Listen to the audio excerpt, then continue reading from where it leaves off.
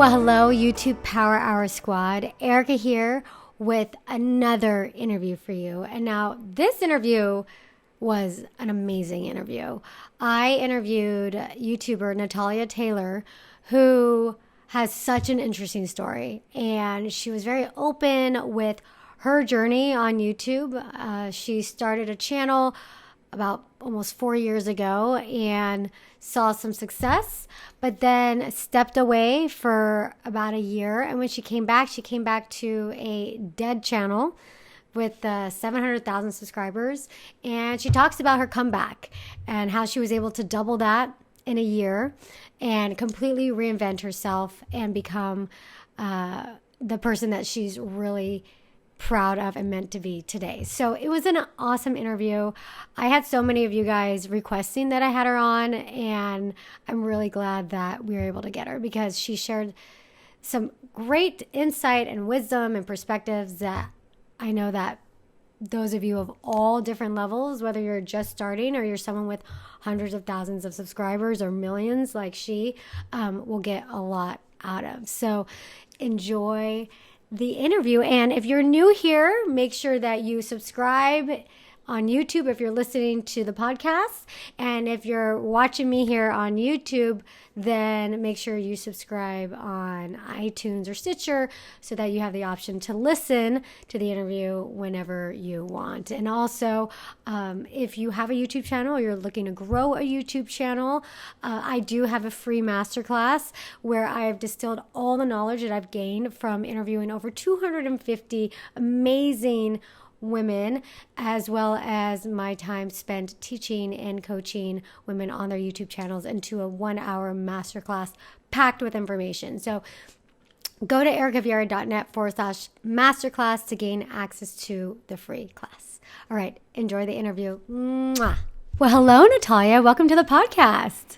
Thank you so much for having me, Erika. Hello. I'm super excited to have you. You know, I actually had a lot of people request to bring you on. So I know a lot of people are going to be really excited about this interview. Oh, that makes really? People, yeah. Really? I did. That's how I heard about you. Someone's like, oh, you got to look at Natalia Taylor. You have to check her out. And I had a lot of people mention your name. And I'm like, oh, who is she? So then I checked you out. I was like, oh, I have to have her on the show. So I'm super excited to bring you on. Well, I'm excited to be here, Erika. Thank you. I really appreciate it. No, I've never been on a podcast before. Really? So this is a first for me. Okay. Yeah. Okay. Well, you have the perfect podcasting voice, I have to tell you. That's one of the first things I notice about you and watching your channel is that like newscaster voice. So you're perfect for it. But so before we dive into everything, why don't you give everybody just who's maybe not familiar with you and your channel, just like a brief Cliff Notes version of your time on YouTube, and then we'll kind of dive into some other stuff. Yeah, so I basically have been on YouTube for about 4 or 5 years now, on and off.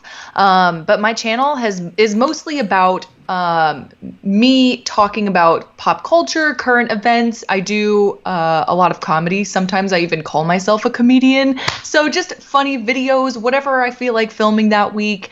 And no, it's a good time. So we'll definitely discuss that timeline though. Yeah. Later. So when I looked at your channel, and we can kind of pop up your channel here for people that are watching us on YouTube. Let's go back to like your old videos.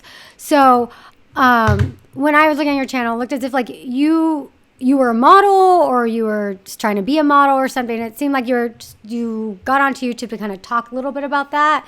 Is that the case, or why did you get onto YouTube 3 years ago? Wow, that's only 3 years ago. That's crazy. It seems like it was like, I thought it was, for some reason, it was way longer than that because so much has changed. The video, your welcome video, December 14th, 2015. That's so wild. So yeah, I guess you could say about 4 years ago. Almost 4, yeah, for sure. Yeah, and I definitely looked a lot different. And different hair. I mean, during that time in my life, I was doing modeling. I really was, and that was kind of my bread and butter. And I talk a lot about that on my channel as well. But no, back then I wasn't really sure how YouTube worked. I kind of just wanted to do it as like my own personal diary kind of per se. Because I felt like modeling had a lot going on behind the scenes that I had no one to really talk to about. And it was something that I wanted to share to other people because a lot of people don't know what goes on in the industry. You know what I mean? Yeah.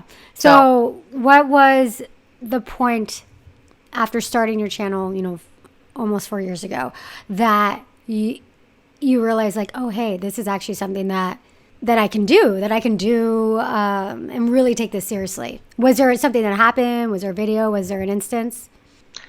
Oh, well, I think it's probably the same as every other YouTuber. When you get your first video that gets real views, you're like, oh shit, people actually care about me. So it was very similar to that for me. My first quote unquote viral video was me talking about a Ouija board experience that I had. And that's, let me see. A lot of people watched that video, and so that's kind of what got me started, and realizing that this was something that I can actually make a possible career out of. Let me see. How long ago was that Ouija board? I'm trying to go back. See. Well, actually, it's funny because it was a long time ago, but I deleted it. Oh, you deleted it. Okay, that's why I can't find it. Okay, why did you delete it? Oh, I'll give you all the tea on why I deleted this video. So basically, this Ouija board experience is like a huge part of like my life. It's insane. I actually witnessed my roommate in college get possessed while we were using a Ouija board, and I told that story on YouTube. And the video was like super creepy and crazy. A bunch of people that still follow me today know about this story. Because like I said, it was my first viral video. It had probably close to maybe 2 million views. I don't really remember, but I ended up deleting it because I still felt like I had weird energy around me. And because you're kind of bringing back this experience and kind of putting it out there. Yeah. And it was really creepy because like I felt better after I had deleted the video. And like a lot of people knew about that video and how it was really creepy for me because the video actually like glitched after I uploaded it. Like it like had a weird glitch in it. It was just a true haunting. True haunting. Yeah. I had like this deep-seated feeling that I needed to delete the video because it was still bringing that energy back. So how long ago did you create this video? It was in the beginning of my channel.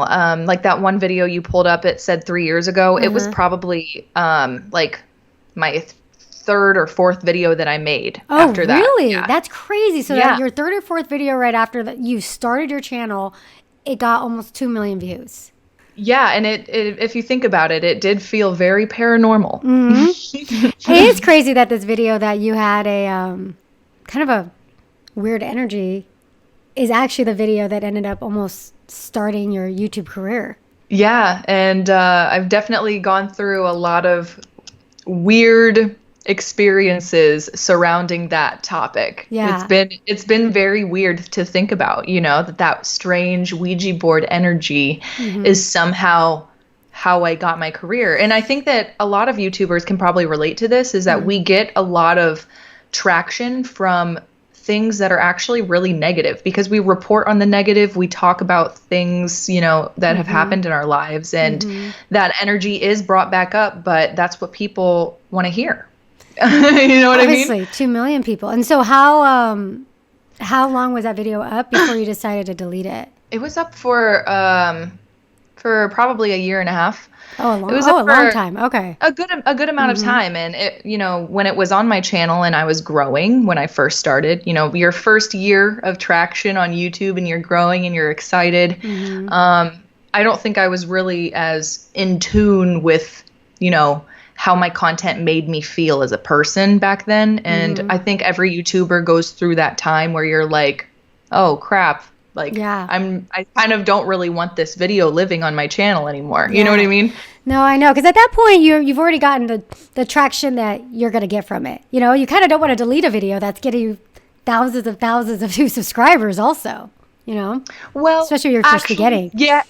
Yes, you're right. But at the same time, I am also the poster child for deleting videos that are viral. Oh. I have done this not only with my Ouija board video, but I've done this with another video about my kidnapping story. The original story where I talked about how I was kidnapped when I was 7. Yeah. That video, I'm pretty sure, got up most to 6 or 7 million views, and I deleted that one, even though it was actively getting thousands of views. I really don't care. If it's not making me feel like a good person having that video on my channel, I will delete it, because I'm constantly changing and growing, you know? That's so interesting. And we could talk about that video. Yeah, because that was another one of your videos that went crazy viral. I mean, 6 million is a lot. And at what point did you upload that kidnapping video? That was a little farther in. That was after I was picked for the Tana Mongeau collab channel. Yeah. I uploaded at post collab channel. So I would say that was probably 6 to 8 months into my YouTube career. And I think that kidnapping video that is now deleted is the video that gave me my career. That's the one that I usually like, you know, how everyone has kind of one thing that they owe a lot of their, you know, success growth to. Yep. I think that would probably be the one. Yeah. Ouija aside, you know, everyone gets, you know, a viral video here and there, but that one was really what started it all for me. The kidnapping story. And then why did you delete that one? I am a person that is constantly growing and changing, and that includes my own perspective on situations that have happened to me in the past. So the way that I did view that situation back then was not invalid. It wasn't incorrect. It's just no longer how I view it now. And I think sharing the story probably had a lot to do with, you know, how my views have changed.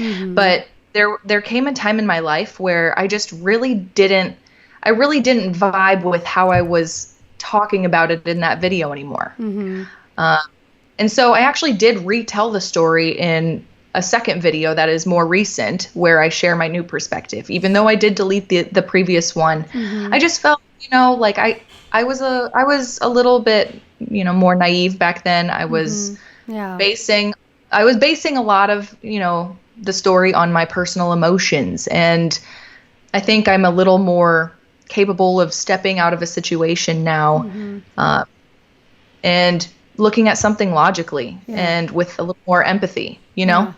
Yeah, that's interesting. And I think it takes, I think you said something interesting that, like, for you, like, I don't want to say your happiness, but like your satisfaction as like who you are as a person, you're not going to sacrifice that for the success of YouTube. So even though this video is getting, you said, thousands and thousands of views and probably a ton of subscribers, it wasn't worth it for it to be out there for that. It wasn't. It really wasn't. And I like to think about it in the sense of, let's say that it's, you know, my YouTube channel and all of my videos are like a modeling portfolio.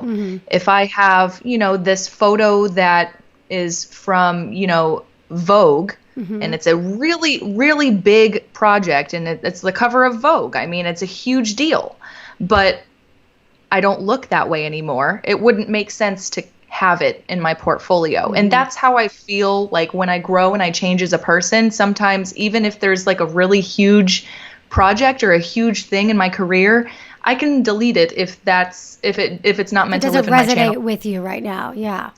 Exactly. And I look at my channel as like a collective. It's not just, you know, it's also a progression, but a collective. And I don't want anything living on my channel that I don't currently stand by. I mean, I can keep all of the old cringy ones, all of the old ones that, you know, when I first started out. But yeah, I think that it should be something that grows with me.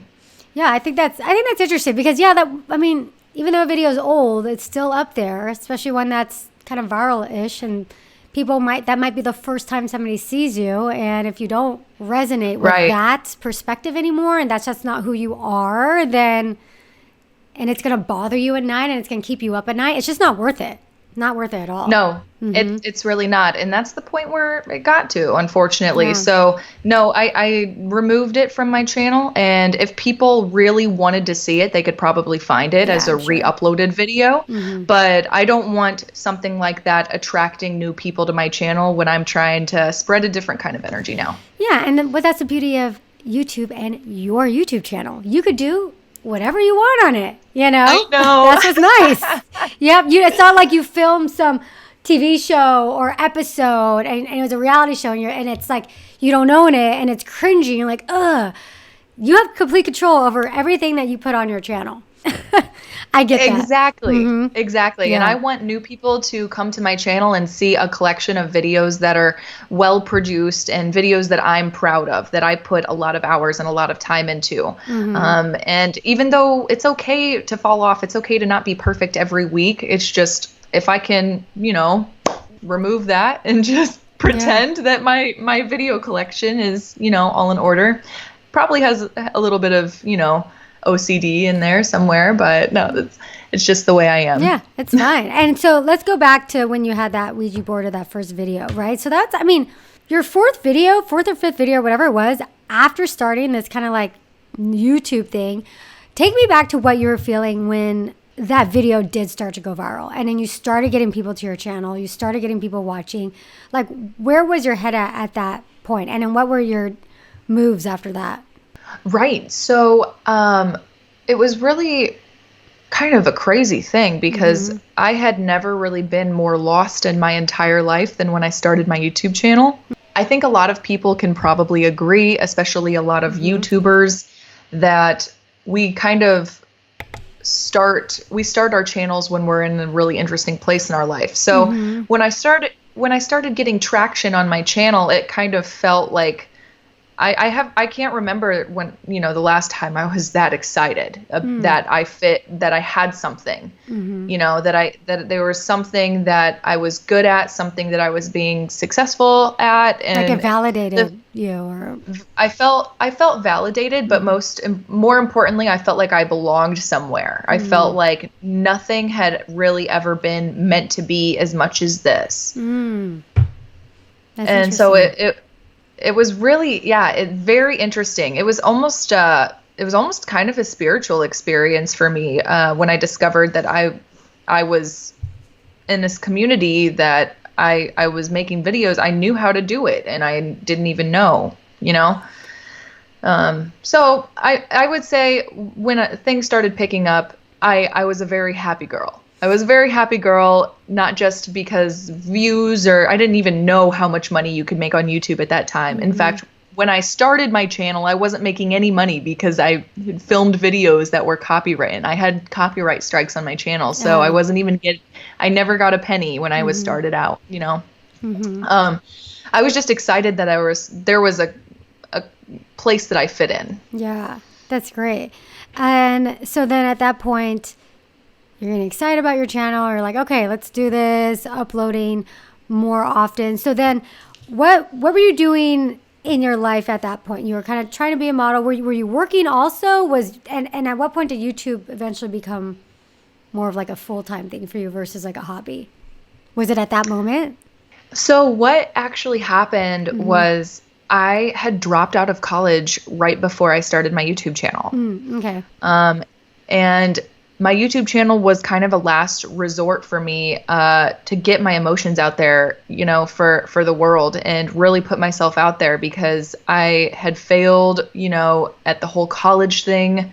I was trying to do modeling, but I was getting older and I hadn't really grown into my looks yet. And after my YouTube started picking up, I think I didn't know that I could do it full time. I didn't know that was a thing. But it definitely put modeling aside. I was working at a pharmacy, actually. Yeah, because I went to college for nuclear medicine. I was going to be a doctor.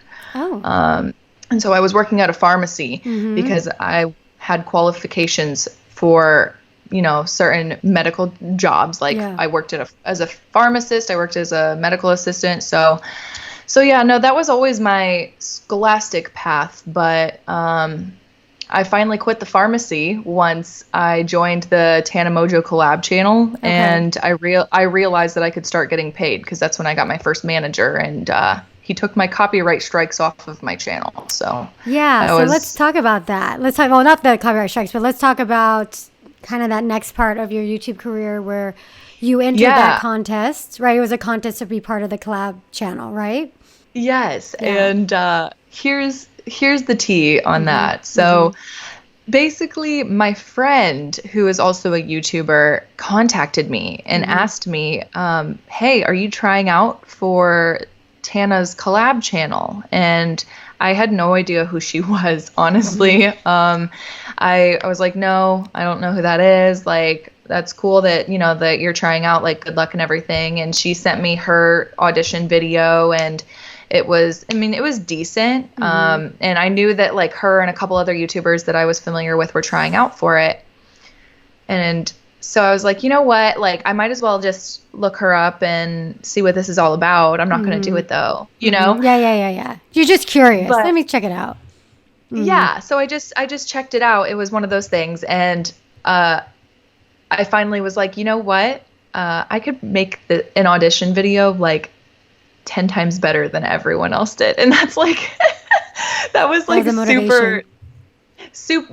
that sounds super like narcissistic and rude, but honestly, it was just, I like to enter contests because you think you have a chance for some reason. I'm very competitive in nature, even if it's something that, like, I have no chance of winning. I feel like I want to try this and see if I can beat everyone. You know what I mean? I mean, honestly, those kind of contests, like, because I just entered a business contest, and for me, I was like this close to not doing it. But I have to say, you know, like, entering contests in a way, it really challenges you, because once you're in it, you're like, fine, I'm going to do it. And then you, like, really, you kind of end up doing things and, like, taking risks and doing things that you maybe wouldn't have done otherwise. And then it can really bring you a lot of clarity on things. You try to do things, and then if you win, hey, you know, it can bring you a lot of opportunity. Exactly. No, and that's how I feel about it. Is I just felt like it was a challenge, and I love a good challenge. Yeah. So it was something that I was new to. You know, I didn't know who she was. I was just, someone else told me about it, and you know, she ended up not getting picked and I did. And I felt really bad about it for a long time because I was like, you know, you kind of obviously deserve this more than I do. My friend, that's a YouTuber, because, like, you've known her for a long time, or you've been subscribed to her for a long time. And I just found out who she is, and I was picked for the channel, but maybe in the long haul, it was kind of better in that way, because I mean, you winning has nothing to do with her not winning, because maybe even if you wouldn't have entered, she might not still have won either. It's not like you took her spot. Yeah, I just imagine myself in that position where, like, I share some information with someone else, you know, like, you should try out too, and then, like, they make it and I don't. I would be so butthurt. but that's just me, honestly. Yeah. Did you guys ever talk about it, or no? Oh, she's not that way at all. Like, it was never like that with her.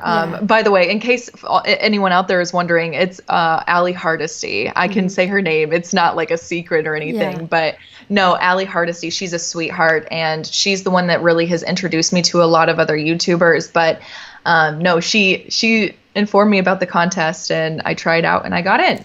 And it was really cool for a little while. Yeah, I mean, I read somewhere that there were like 10,000 submissions, and I think she only picked like 7 people or something. Oh, I have no idea how many people submitted. Yeah, I read that. I read that when I was kind of doing some research. I was like, that's a lot of people. 10,000. Yeah, I think that was probably another one of those things that was a little bit meant to be-ish, you know, for my own personal growth. So what happened at that point? You won this contest, which essentially winning the contest meant that you got to be part of this collab channel. And I'll bring it up for those of you that are on YouTube, called Trash is the name of the channel. So it's a collab channel that she put together based off of the contest winners. And so tell me a little bit about it. What did you what were you required to do? Yeah, tell me a little bit about this experience of being part of this channel. Okay, so those videos, I have no idea what those videos are because I think they did some of the members tried to like reboot it. But Okay. if you scroll way down, you'll see more of the older content, which I'm more familiar with. Okay, I can even sort by, I think, oldest too. So this was the first one 2 years ago. Welcome to the dumpster. I'm trash. You are trash. We're all trash. Okay. I had had a lot of views. I mean, 2 years ago. You see, the most recent ones didn't have nearly as many views. Okay. So these are the ones that's you, right? Yes. So Okay. I was the Sunday you upload. can't really see it. Okay. Got it. Oh, is that why she picked 7 people? Yeah, so One day it a was week. really Okay. strange. Yeah, one day a week, one person would upload, That's and I you. think that's a huge reason why that's Sexy you. Sunday. Yeah. But no, that's a huge reason why I think the video actually failed or the channel failed was Okay. because we were not all living together. We were not all friends in real life. It was more just like we had a group chat and we were all located in different places. Okay. So it never worked out really because like we were always just arguing over the phone and why? Wait, what do you mean you were arguing over the phone? Why were you all arguing? What were you arguing about?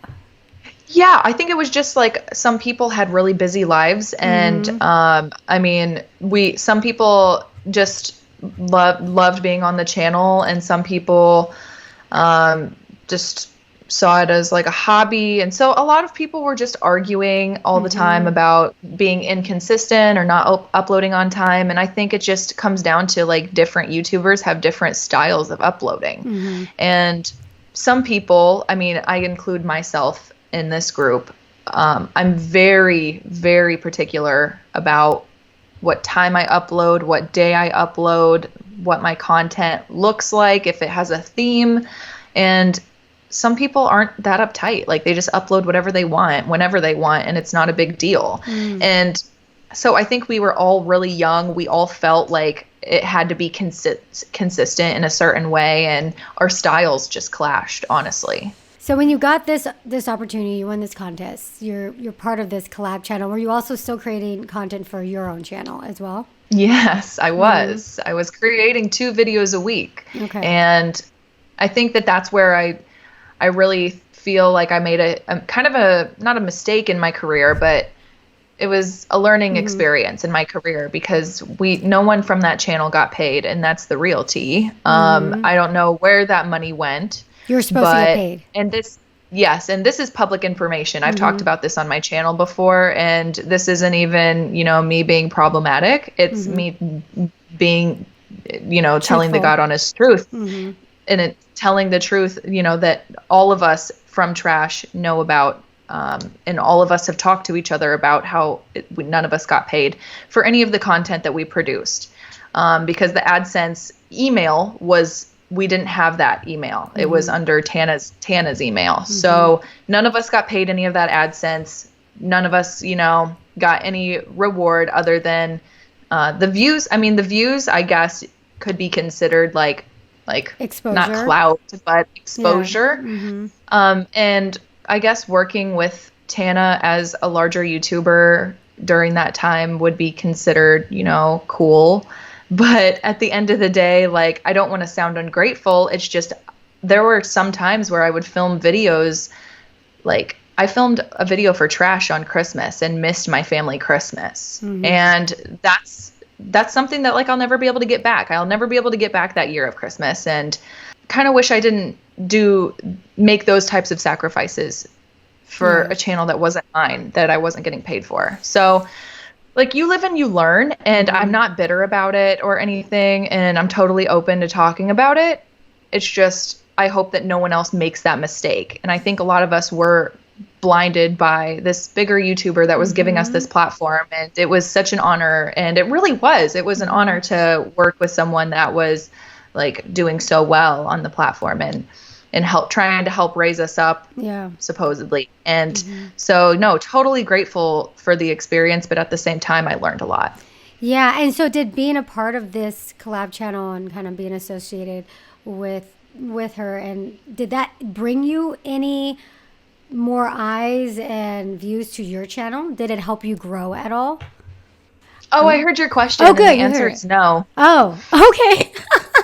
Okay. Well, there I you mean, I go. just have to be honest. Like Yeah. I earned all of my subscribers, and I would tell you if you know, like if I got anything from that collab Mm-hmm. channel, the answer is no. Compared to what I've gotten for myself, almost all of my subscribers are self-proclaimed and self-built. So when you look back So, at the experience, you're just like, you live and you learn. It's just kind of like a mistake, and you're moving I on. mean, not necessarily a mistake. I thought Mm-hmm. it was a fun time, honestly. Okay. Like I And had a how really long were you fun. involved? Like how long were you making videos for the channel?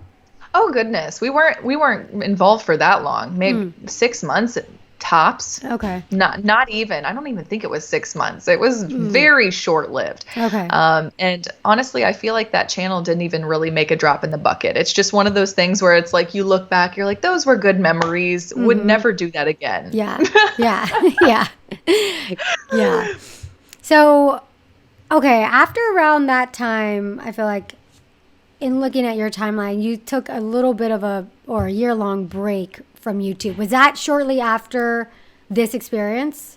Yeah, Mm-hmm. so I did take a break from YouTube because, like I had mentioned before, I had this huge shift Mm-hmm. in awareness and consciousness where I was just becoming more aware of what I was putting out in the world, becoming more aware of what I had been putting out in the world, Mm-hmm. and wasn't too happy. Stepped away from the situation, took a look in the mirror, and didn't really like what I saw, Mm-hmm. and felt like it would be a good move to step down for as long as I needed to and ground myself because like I had mentioned, I had a lot of fun, Mm-hmm. but I don't think I was really making very good decisions as a person that has a platform. Gotcha. And so what did you do during that time? Because you were doing YouTube full time. So now you stop Yes. it. So now what do you do in that year? Yes, I got sober, which is really cool. Mm-hmm. Super happy about that. I'm always very open about that as well. And my sobriety is a huge badge of honor that I wear. I think Mm-hmm. it's great. Mm-hmm. Also, during that time, I spent grounding myself, really coming back to reality, reminding myself that I'm a human, Mm-hmm. reminding myself that I have a family that needs, attention and love from me, reminding myself that I can still work a regular 9 to 5 job. I worked for a lot of that year that I took off. I worked Mm-hmm. regular desk jobs. I worked in retail stores. I got back into the regular motions of how most people live their lives, and I Mm-hmm. found that I found really peaceful in that Environment. headspace, and I Mm-hmm. I felt very comfortable and happy in that environment. I did. Mm-hmm. Still to this day, I value that time that I took off because I'll always know that if I had to give up my channel, like if for some reason YouTube got sold tomorrow, it could Mm-hmm. happen. I Mm-hmm. would be okay. Yeah. And is that what sparked you to take the break, was to become sober? Was that the main issue at that point, or was it like something since you thought about it and during that time you decided that? Yeah, so it all kind of went hand in hand Mm-hmm. where I was having some major sobriety issues. I was abusing drugs. And because of my drug abuse, I had actually developed onset schizophrenia. I've talked about this before on my channel, so this Mm-hmm. is also open information. Mm-hmm. And I had no idea that I was predisposed to developing that. Especially if you abuse drugs, you can develop that. And it came as a shock to me. It was hard to handle. And I had no idea that, I had this mental illness. I had no idea how to get help. And Mm-hmm. so I, realized that I had to get sober, and that was the first step. And it was very difficult to just maintain a YouTube channel Mm-hmm. while I had to make these personal steps. Yeah. Yeah.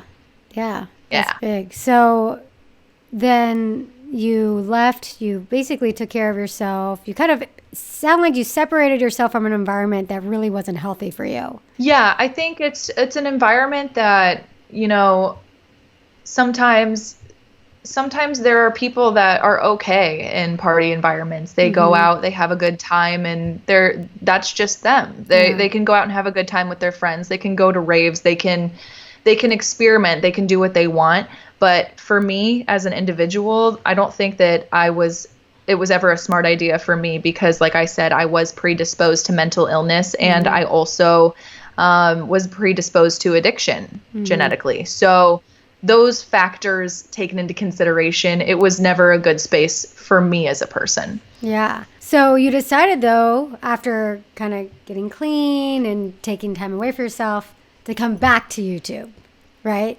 So I wasn't going to, but yes, you were. I did. Okay. Yeah, it sounded like at the time you were quitting YouTube to quit YouTube, right? Not to go and come back. Yeah, no, I honestly didn't want to come back because YouTube really was kind of the spark that lit to that.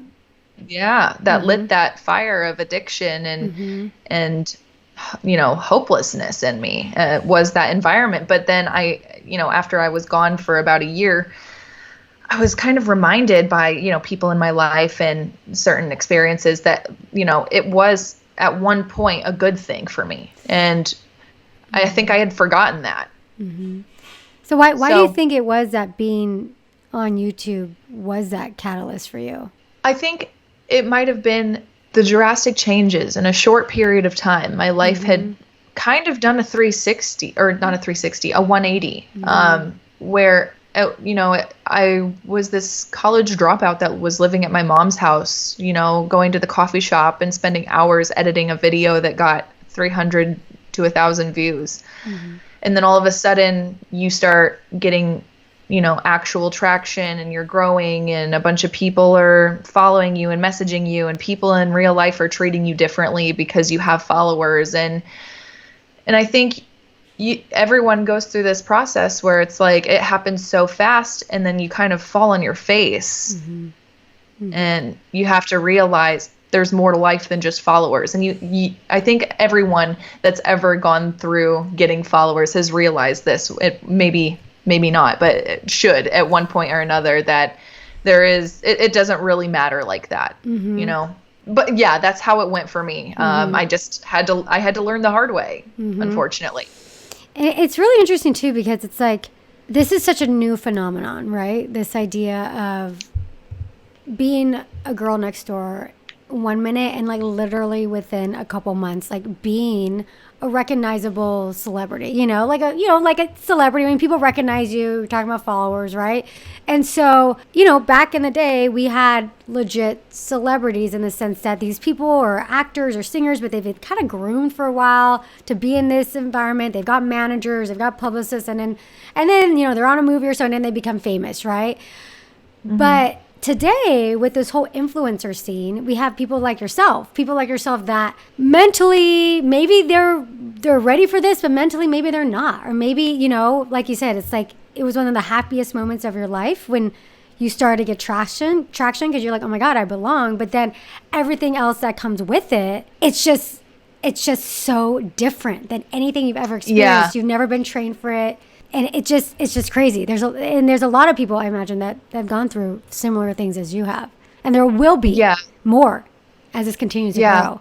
No, it's and I consider myself one of those people that thought I was prepared, but definitely wasn't in any sense of the word. And it's funny because when I first started out, this sense of being invincible is what really gets a lot of us.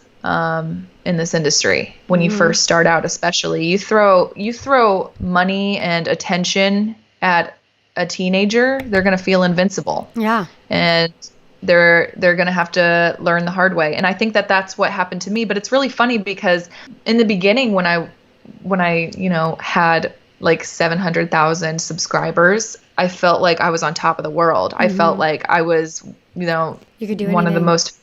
I felt like I was one of the most famous people like in the world for some reason. It was just my mindset. Like it's very toxic, just feeling like, oh, I've made it.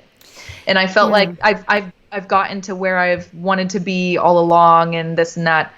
And now it's actually really crazy because I've doubled my subscribers and I feel like the opposite nowadays. You know, like my subscribers, I'm at 1.5 million, 1.5 million now. And like I forget, like it doesn't like I don't even think about it as something that's like a huge thing. Like I used to think about numbers and subscribers as like a huge thing. Why do you think that But is? because it's not a part of my identity anymore. So I've completely detached my numbers from my personal identity. And I think that that was probably one of the best decisions I could have made, you know, being a YouTuber. And I recommend that anyone else out there trying to get in this business would take that advice and learn from all of our mistakes that we've made. I think that's really good advice, because the problem with associating yourself and the value of you as a human and a person with your numbers is that if anything goes wrong, right? If the video fails, if your channel fails, anything goes wrong, then your value as a human being is gone. And it's a very tumultuous and dangerous situation to be in. It is. And I can't lie to you. I still feel like I care. I care about numbers where it matters. I want my channel to continue to grow. You know, as a businesswoman, I have to look at my analytics. Of course. We still want, you know, our channels to do well and reach new viewers, but it's for the right reasons. And it's because I have a positive message to spread and I would like more people to hear that message. It's not to add to my own validation. Yeah. It's got a bigger purpose than just you. And so what then brought you back after being gone for a year? What brought you back to YouTube? Yeah. So a part of what happened during my break was I found God. I found Jesus. I am a Christian now, an active Christian. So that's a part of my identity now. And I discovered that that's where I'm supposed to be. Like spiritually, I felt that I had a special message to share. I felt like I could be given a second chance to make something better than what I had done the first time. And I felt that I now had the tools to be constructive and clean up what was, you know, kind of a mess before. And it was a really good feeling. When I first came back to my channel, it felt like that same feeling when I first started my channel. And I was reminded why it was amazing. You know, I was reminded why I was meant to be on YouTube. And so it was a really, really crucial year for me. And it was very beneficial spiritually and personally. So yeah, I think that that's a huge reason why I did decide to come back. Was I did feel that that's where God wanted me to be. And, you know, other people had told me as well that it wasn't too late to make a good comeback, you know? Did you have any fears on coming back? Oh yeah, that's all I had. I had basically, when I returned, I felt like this weird feeling inside me was like telling me to go back, but I didn't want to at all. I was trying so hard to resist it, actually, and I had nothing but fears. It was just, what are people going to think of me? What are people going to say? Like, do they think I'm dead? Like, there were articles that people thought I was dead. Oh, wow. And so when I came back, it was really strange because I was shocked at how many people were supportive. And that was a surprise to me. And it was a very empowering feeling. You know, you think when you leave that your subscribers are going to ditch you and that they don't care about you. And I was wrong. I was totally wrong. Now, of course, there are some people that are going to leave. There's some people that aren't going to like the new content. They're going to miss the old you. But that's why, you know, the true subscribers that love me as a person were willing to grow with me and bring in new people that were about the new message, and everyone else that liked the old stuff just unsubscribed, and it was fine. Did you feel good about that decision when you came back and you kind of created those first couple of videos? What was going through your head and your emotion and all that? I was very confused and lost and scared coming back. Even though I knew that people were being understanding, I was totally unaware of what YouTube world in 2019 even looked like, or 2018, last year when I came back.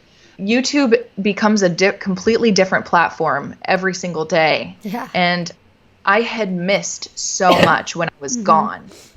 Yeah. So, it was a completely different beast than what I had even remembered. And so I wasn't even sure what my new content was going to be like. Like, I remember when I first came back, my videos were kind of random and sporadic because it was almost like I had started my channel all over again. It was almost like I was at square one again. Figuring and I was stuff out. trying to figure out, like, what is my new message? What is my channel about now that it's not about, what I was doing in the past? Like, what do I want to spread now? And so it was confusing for a while, but it finally settled into just what you see today, the content you're seeing now. Sometimes you can't see, where you're going. All you can see is just the step you're taking right now. And one step at a time. I just trust and have faith in, God and in the universe, and that it will guide me in the right direction. And it's never failed me yet. So I think that just even though you can't really see the future, you can't really plan things out perfectly all the time, it was a good decision for me to come back. Do you remember how many subscribers you had when you came back? Yeah, so my subscriber count was at about 730,000 when I came back. And when I started uploading regularly again, I was losing subscribers actively. Like, I remember when I first came back, it was really funny because I was thinking to myself, like, why are people unsubscribing? Like, am I really that bad anymore? Am I not funny anymore? I was just thinking to myself, why am I just, I didn't care, but losing subscribers is just funny because you feel like you're going backwards. You're pedaling backwards. But I just kept going because like I said, I remembered why it was fun to be on YouTube, and I didn't really care. And then as soon as I started settling into my content, I realized that all of the old followers were leaving. The old followers that liked the toxic content were unsubscribing, and I was attracting newer and more positive people. And now I've doubled my subscribers since I've come back, and they're all amazing and positive and supportive. And it's crazy because you can tell the difference, especially in your comment sections. If you are creating content that is toxic and negative, you will see it in your comments. Nowadays, it's difficult for me to find someone being rude or mean or petty. I mean, it used to be people would fight in my comment section. They would be mean to each other. And now my subscribers would never do that. They would, they would never be mean to each other. They love each other. They love seeing my videos on Monday. And I think it all starts with what you put out, because you'll attract the type of people that you match your energy. Yeah, 100%.